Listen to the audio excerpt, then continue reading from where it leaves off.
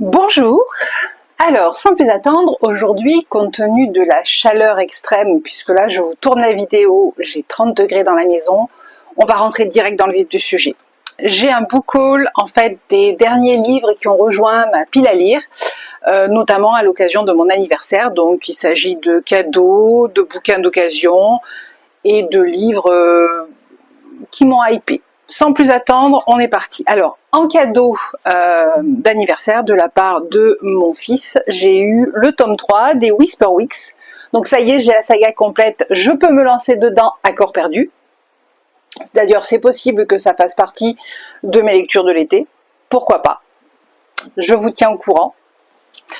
Ensuite, alors, toujours dans mes cadeaux d'anniversaire, mon mari m'a offert Gareth Brown, La Société des Objets Magiques, aux éditions Sonatine. De quoi est-ce qu'il s'agit? Il s'agit d'un livre qui est dans la même saga, enfin dans le même univers, on va dire, que le livre des portes, qu'il m'avait d'ailleurs offert l'année dernière pour mon anniversaire et que je n'ai d'ailleurs toujours pas lu, mais je crois qu'il y a une histoire de voyage dans le temps, enfin, pareil, il peut très bien faire partie de mes lectures de l'été. Et j'ai hâte d'en savoir plus. Donc là, comme c'est dans la même saga que le livre des portes, je n'ai pas lu la 4e de couverture et je ne la lirai pas parce que je veux absolument pas me spoiler le tome qui est dans le même univers. Ensuite, pour mon anniversaire, je me suis moi-même offert ceci. Voilà. Ça s'appelle Silver Clock et c'est de L.K. Steven. De quoi est-ce qu'il s'agit? Je crois que c'est un livre de romantésie. Bah oui, mais la couverture, elle était trop jolie. Voilà, je suis faible au niveau des couvertures. C'est pas grave. Alors, je voulais la 4e. Ils lui ont tout pris. Elle les mettra à genoux, quitte à ignorer ses sentiments. Saffron Killoran a vu ses parents mourir sous ses yeux, assassinés par ceux que l'on appelle les lunes sanguinaires. Décidée à se venger, elle intègre l'Académie des Capes d'Argent, des mages détectives formés pour traquer les criminels. Lors de l'examen final, elle reçoit une prophétie. Vêtue de la cape écarlate de ses ennemis, elle embrassera puis tuera l'un d'entre eux. Peu à peu, sa capitaine lui confie une mission délicate, infiltrer les rangs des sanguinaires pour comprendre ce qui les motive à tuer et à voler. Pour Saffron, c'est l'occasion rêvée. Et un soir, au détour d'une ruelle, elle se retrouve face à Levan Seladon, le fils de leur chef, l'homme qu'elle est destinée à embrasser, puis à tuer. Décidée à mener sa mission à bien, Saffron comprend qu'il lui faut se rapprocher de ce mage qu'elle est, mais la vérité est plus complexe qu'il n'y paraît, et quand les sentiments s'en mêlent, peut-elle déroger à sa destinée? Pourquoi pas? On verra. Ça, c'était pour les grands formats. Pour ce qui reste, c'est que du livre de poche, et notamment un livre d'occasion, celui-ci, Le Soleil sous la soie de Eric Marshall, qui est un roman aux éditions Pocket que j'ai eu d'occasion. D'ailleurs, il y a encore le prix derrière, c'est 3 €, mais vous voyez la petite bricasse, je crois qu'on est sur quelque chose de plus de 900 pages. Je l'ai vu passer, celui-là, dans les chroniques de Gérard Collard, sur Sud Radio, et d'ailleurs derrière il est dit le meilleur roman historique depuis Les Piliers de la Terre. C'est signé Gérard Collard. Moi, Les Piliers de la Terre, franchement, c'est une saga que j'ai adorée et que je ne peux que vous recommander. Donc quand j'ai vu ça, je me suis dit bingo, j'y vais. Alors, de quoi il s'agit? À l'aube du XVIIIe siècle, médecins et chirurgiens se livrent une guerre féroce. Suite au décès d'un de ses patients, Nicolas Desruet, chirurgien ambulant, est contraint à l'exil. De la campagne lorraine aux steppes hongroises, des palais royaux aux hôpitaux militaires, il n'aura de cesse de perfectionner sa technique pour laver son honneur. De toutes les opérations, la plus difficile sera celle qui touche à son cœur, entre Rosa, marquise de Cornélie, et Marianne Pajot, accoucheuse. Le choix relève d'une toute autre science. Bon, apparemment, on a une histoire de triangle amoureux. Mais à voir ce que l'auteur peut nous proposer, parce que le speech de Gérard Collard qui nous dit que c'est aussi bien que Les Piliers de la Terre, moi je demande à voir. Je suis curieuse. Donc pourquoi pas. Ensuite, toujours aux éditions Pocket, j'ai je me suis acheté le Chris Whittaker, Toutes les nuances de la nuit. Alors déjà, hormis le bandeau, hein, parce que moi je trouve ça, les bandeaux, je les trouve ça assez horrible, j'ai trouvé la couverture assez onirique. De quoi ça parle, vous allez me dire? Alors, on n'est pas du tout au XVIIIe siècle comparé au roman précédent. On est même plutôt à l'époque actuelle. Je vais vous lire la 4e de couverture. Vous allez voir. Oh, c'est fichu bandeau. Alors, jusqu'à ce jour de 1975, Montaclaré est une petite communauté tranquille du Missouri. Mais ce matin-là, en voyant une jeune fille de son école aux prises avec un agresseur, Patch, 13 ans, n'hésite pas une seconde à lui venir en aide, avant de disparaître sans laisser de traces dans la forêt profonde. Qu'est-il arrivé à Patch? À Montaclaré, il n'y a que Sainte, sa meilleure amie, qui semble encore s'en soucier. Harcelant le shérif, suivant ses propres pistes, la jeune fille au caractère bien affirmé refuse un mystère qui, année après année, traversera toutes les nuances de la nuit.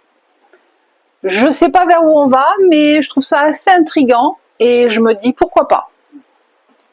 À voir, parce que là on peut, vu la 4e de couverture, je trouve qu'elle est suffisamment ouverte pour qu'on s'imagine tout un tas de choses qui peut être assez intéressant à développer, donc ouais. Et enfin celui-là qui était à petit prix, c'est le Peter F. Hamilton, l'étoile de Pandore. Je ne sais pas si vous allez bien voir parce que bon, c'est en surbrillance. Donc j'ai eu à 5 € à la Fnac. C'est mon mari qui m'a dit tiens, il est à petit prix, c'est intéressant. Et il se trouve que je l'avais déjà en édition poche. Donc ce que j'ai fait, c'est que j'ai tout simplement proposé à mon fils de choisir entre les deux versions. Il a pris l'autre, du coup il me reste celle-là, on pourra se faire une lecture commune. Là on est carrément sur de la SF. Hein. En 2380, l'humanité a colonisé 600 planètes. Le Commonwealth intersolaire s'est développé en une société prospère, dans laquelle la réjuvénation permet à chaque citoyen de vivre pendant des siècles. C'est alors qu'un astronome est témoin d'un incroyable événement cosmique, la disparition d'une étoile emprisonnée dans un champ de force titanesque. Le Commonwealth décide d'en savoir plus. Contre l'avis d'une partie de l'opinion, il construit le premier vaisseau spatial, plus rapide que la lumière. Sa mission, découvrir quelles menaces pèsent sur l'espèce humaine. Alors, il faut savoir que c'est une saga en 4 tomes. Pareil, hein, on est sur de la briquette de 700 pages, mais bon, vous connaissez, c'est pas ce qui m'arrête, donc on verra bien. Autre saga, alors cette fois-ci historique, que j'ai vu passer à ma Fnac, hein, je ne l'ai pas vu passer sur les réseaux, mais je me suis dit pourquoi pas, c'est la dynastie des Lytton, 1904-1920, effervescence. De quoi il s'agit? Il s'agit d'une saga d'éditeurs, tout simplement. Londres 1904, Célia, jeune aristocrate rebelle dans l'âme, épouse contre l'avis de ses parents, Oliver Lytton, héritier d'une maison d'édition. À contre-courant des conventions et malgré les réticences de son mari, elle choisit de devenir éditrice. Elle s'investit alors avec la passion et des déterminations dans l'entreprise familiale. Quand éclate la Grande Guerre, Célia se retrouve seule aux commandes. Elle va devoir affronter les drames et les déchirements d'une époque pleine de chaos. Je ne sais pas combien il y a de tomes, je sais qu'il y en a déjà 2 de sortie. Je vais tenter celui-là, puisque pareil, c'est une brique de 720 pages, donc on verra bien où ça nous mène. Il nous en reste 3, puisque là je vous ai fait un petit bocal de 10 volumes. Il y a un one-shot et 2 sagas, c'est ça? Oh non, peut-être même pas. Alors, celui-là, c'est sûr, c'est le début d'une saga. C'est un Marie-Bernadette Dupuis. Là, je sais absolument pas sur quoi on part. Je crois qu'on part sur 3-4 tomes.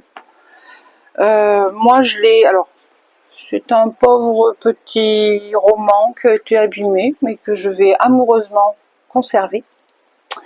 Je l'ai vu passer, en fait, sur les réseaux de Marisa et Isadora. Et il s'agit d'une enquête. Marisa et Isadora... Enfin, je crois que c'est Isadora qui l'avait lu, parce que ça se passe en Bretagne, hein, comme vous le voyez avec les menhirs. Et en fait, comme c'est le début d'une saga, et que à la fin du tome, ben, on connaît pas le fin mot de l'histoire, du coup, je pense que ça l'avait un peu déçue. Moi, quand j'ai acheté le bouquin, je savais d'ores et déjà, puisque j'ai un petit peu fouiné, que c'était le début d'une saga, donc je ne pars déjà pas avec les mêmes a priori. De quoi s'agit-il? Eh bien écoutez, on est toujours dans la Bretagne, mais cette fois-ci toujours dans une période que j'aime énormément, c'est-à-dire septembre 1946. Lara, jeune femme au caractère passionné, tente d'oublier les terribles années qui viennent de s'écouler. Malgré les blessures laissées par la guerre, la vie reprend lentement son cours. Lorsqu'un drame frappe la région, le corps d'une fille de 19 ans est découvert sous un dolmen. La malheureuse est vêtue d'une tunique blanche et a été égorgée. Pour Lara, cette terrible nouvelle est d'autant plus bouleversante qu'il y a le prix en plein milieu, ce que j'adore, donc excusez-moi, que l'homme qu'elle aime est l'un des principaux suspects. Qui a bien pu commettre cet assassinat odieux? S'agit-il d'un rituel, d'un sacrifice? Les questions fusent dans l'esprit de Nicolas Renan, l'inspecteur chargé de l'enquête. Dès l'instant où il comprend que cette mort est le début d'une longue série de crimes. À voir. Mais assez intriguant, pourquoi pas. Et enfin, nous arrivons aux deux derniers, qui sont des one-shots. Alors, celui-ci, c'est un roman de fantasy jeunesse, c'est siècle... Alors, comment on prononce? Viellin, je sais pas trop. Je suis désolée si j'écorche le nom de l'autrice. Alors, non, pardon, siècle Valban.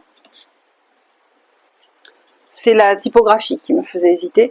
Ça s'appelle Plein ciel et ça a eu le prix Elbakin et le prix Imaginal des bibliothécaires. Et c'est aux éditions Bragelonne. De quoi il s'agit? Sur l'île de la Nébuleuse, l'opéra Plein ciel fait la pluie et le beau temps et chacune de ses représentations se doit d'être parfaite. J'ai jamais lu, mais alors absolument jamais lu, aucun bouquin, que ce soit de roman contemporain ou de fantasy, qui prend place au niveau des saltimbanques, si je puis dire. Mais vous allez voir, la quatrième de couverture m'a bien donné envie, donc pourquoi pas. Des confins à la capitale, tous les habitants sont appelés à mettre leurs dons au service de l'opéra. Née dans une famille d'aristocrates capables de métamorphoser les corps, Ivoire est une simple dompteuse de rubans. Et c'est loin de son milieu social qu'elle a trouvé sa place au sein d'un prestigieux atelier de couture. Mais lorsque la maîtresse jouée de Plein ciel la remarque, Ivoire n'a pas le choix. Elle est forcée d'emménager au cœur de l'opéra. La voilà plongée dans les coulisses où la vie se mène à un rythme effréné, au gré des préparatifs, des intrigues de cour et des pamphlets interdits qui circulent sous le manteau et promettent un autre monde possible.